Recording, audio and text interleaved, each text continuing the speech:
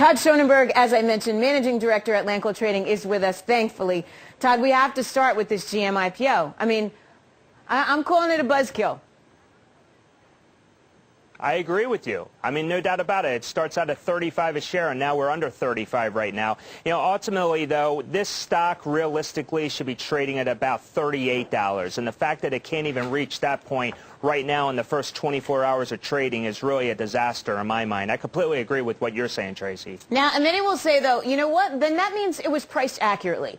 We didn't have, like, the ridiculous bumps that we used to have back in the tech bubble. First day blows up 100 points. The thing is hanging where it was priced. Maybe that's a good thing.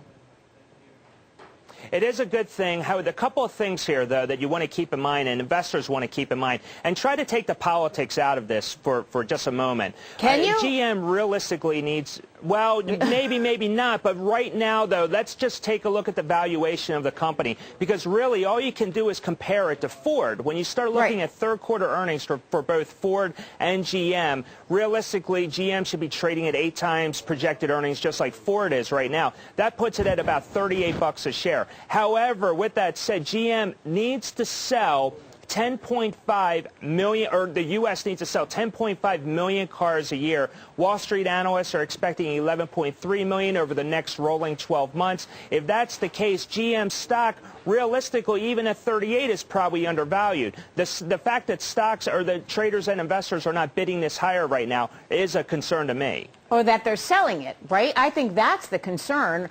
Some were selling it off yesterday. The minute it hit 35, we saw people back off. And you see the chart, which I'm not sure we have. It was just a precipitous drop. Dropped right back down to its close. I mean, people quit on it.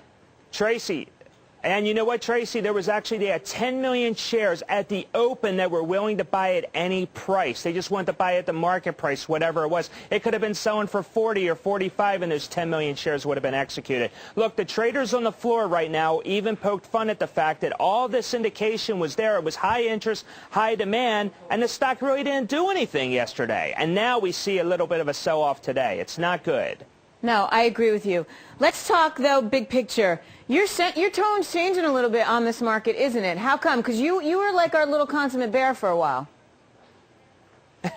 Absolutely. But when I start thinking about everything that's being manufactured out of the Fed and the wealth effect and how it's actually impacting consumers as well as investors, I have to think that all this, it's a faux rally and it's going to continue. Look, when you start thinking about the Fed throwing all this liquidity back into the marketplace, the intent of it is to improve the wealth effect. We actually saw that last month in the retail sales numbers. You can even look at employment. In September and October of this year, retailers hired a net gain of 27,000 positions, employees. This time last year in September and October, retailers cut over 100,000 jobs. So you had more people spending money last year. More people are going to the malls. The volumes are up, and their shopping bags are filling up. So when you start thinking about people spending money, whether it's real or not, they are spending money, and you're going to see that with stocks, and you'll see that continuing on to next year. So, yes, I am turning bullish only because of what's being manufactured out of Washington. It's not real. It's fake.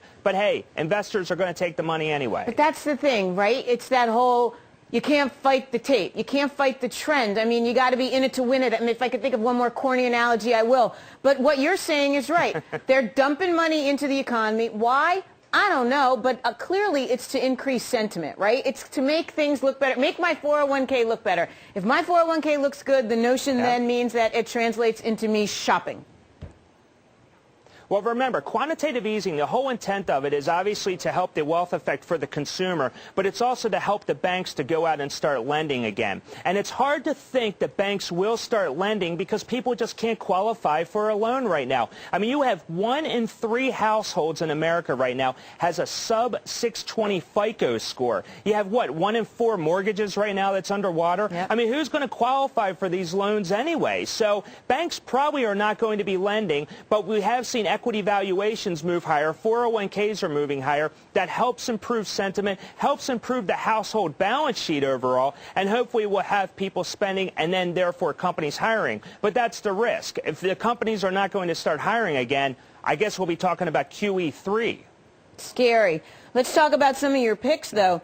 God love you for being consistent, Todd. This is why I love having you on. You are still in this travel and leisure market. And you know what? You won because these stocks have held on.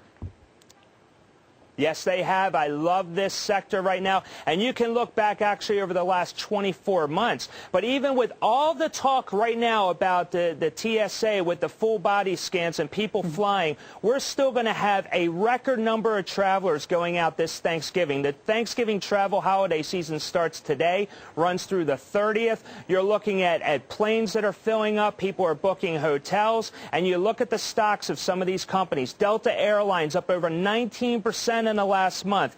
Southwest Airlines up over 4.5%. Hyatt Hotels is doing excellent. The Travel and Leisure Index as a whole is doing fantastic. And then when you incorporate the weaker dollar brought on by quantitative easing, you have a number of foreign travelers that are coming into the country. I love that index. I love the entire sector, and I think investors are liking it as well. And just so people know, you own Hyatt, but you're also recommending Marriott and Southwest. Ann Taylor. That's right. Really? Ann Taylor, what a great story. Oh, I got to tell you, the earnings came out. I know, but they can't make an article of clothing that anybody would wear. With all due respect to Ann Taylor. You know what, Tracy? I got to tell you something. You know what the big proxy of all of this right now? Ladies' dresses. We've actually had an increase, double-digit increase in women's dress sales over the last couple of months. That is huge. It's a remarkable outcome for the economy because, as you know, the woman of the household tends to be the accountant of the household. And if they're going to go out and buy little Johnny that nice outfit from Jim Barry for the class picture, they're going to spend any other discretionary income on themselves. You're starting to see that with companies like Ann Taylor. And it's not just Ann Taylor's stores, it's also that casual loft division of theirs. They're looking at serious numbers for the holiday season. I love this stock. The stock is up big right now, and it's still a great opportunity to get into it. I guess if you have a limited amount of cash, you can't buy two pieces, you buy one. Maybe that's why dresses are up. I don't know. Go figure. Let's just quickly talk about ExxonMobil, and then we have to go. But the energy sector is still hot. I think it got beaten down by the Enron mess. Clearly you do, too. You're still saying you need a piece in energy. You know what it is with ExxonMobil? They know they have a fiduciary responsibility to their shareholders. I mean, here's a company that's bought back over $120 billion of its own stock over the last 5 years. They've paid out $36 billion in dividends. The stock has been a little flat, let's be honest, but they are creating shareholder value. That's what you really want to see out of a company. Rex Tillerson knows that the owners of the company are the shareholders, and that's fantastic, and you want to keep seeing that. Todd Schoenberger, so are you. Thank you so much for joining us this Friday. You have a good weekend. Great Thanksgiving if I don't see you, sir. Todd, Managing Director at Landcolt Trading. Likewise. Thanks again, sir.